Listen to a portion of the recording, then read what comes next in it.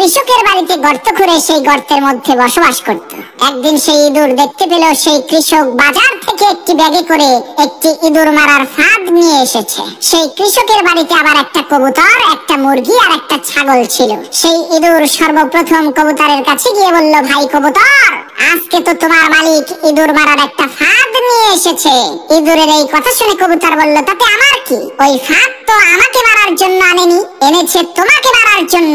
এটা তোমার সমস্যা, তুমিই বোঝো। কবুতরের এই কথা শুনে সেই ইঁদুরটি নিরাশ হয়ে মুরগির কাছে যে ওই ইঁদুর মারার ফাঁদের কথাটা বলল। তখন মুরগিও একই কথা বলল, ভাই এটা তো তোমার সমস্যা, এর সাথে তো আমার কোনো লেনা দেনা নাই। মুরগির কথা শুনে সেই ইঁদুর আরো হতাশ হয়ে ছাগলের কাছে গিয়ে ওই ইঁদুর মারার ফাঁদটার কথা বলল।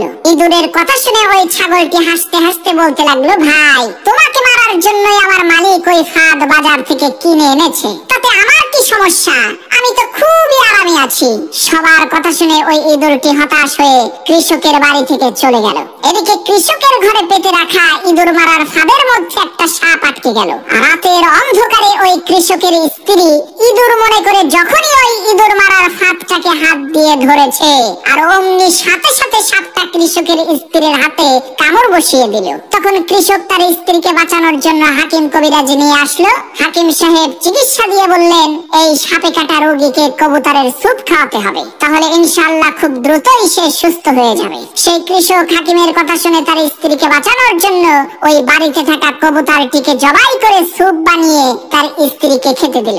এদিকে তার স্ত্রীর অসুস্থতার কথা শুনে আত্মীয় স্বজনেরা তাকে দেখতে আসলো। তখন ওই কৃষক বাড়িতে থাকা ওই মুরগিটাকে জবাই করে গোশত রান্না করে বাড়িতে আসা মেহমানদেরকে আপ্যায়ন করলো। আল্লাহর কি কুদরত, কিছুদিন পর ওই কৃষকের স্ত্রী সুস্থ হয়ে গেল, যার কারণে ওই কৃষক আনন্দিত হয়ে তার বাড়িতে থাকা ওই ছাগলটাকে জবাই করে এলাকার লোকজনদেরকে দাওয়াত করে খাওয়ালো। প্রিয় ভাইরা আমার, আজকে আমাদের ফিলিস্তিনের মুসলমান ভাইদের বিপদ দেখে যদি আমরা হাসি ঠাট্টা করি, তাদের ব্যথায় যদি আমরা ব্যথিত না হই, তাহলে খুব শীঘ্রই আল্লাহ তাআলা আমাদের ওই মুসলমান ভাইদেরকে ইঁদুরের মতো দূরে কোথাও সরিয়ে নিয়ে যাবে, আর তাদের বিপদকে আমাদের উপরে চাপিয়ে দিয়ে আমাদেরকে কবুতরের স্যুপ বানিয়ে ছাড়বে।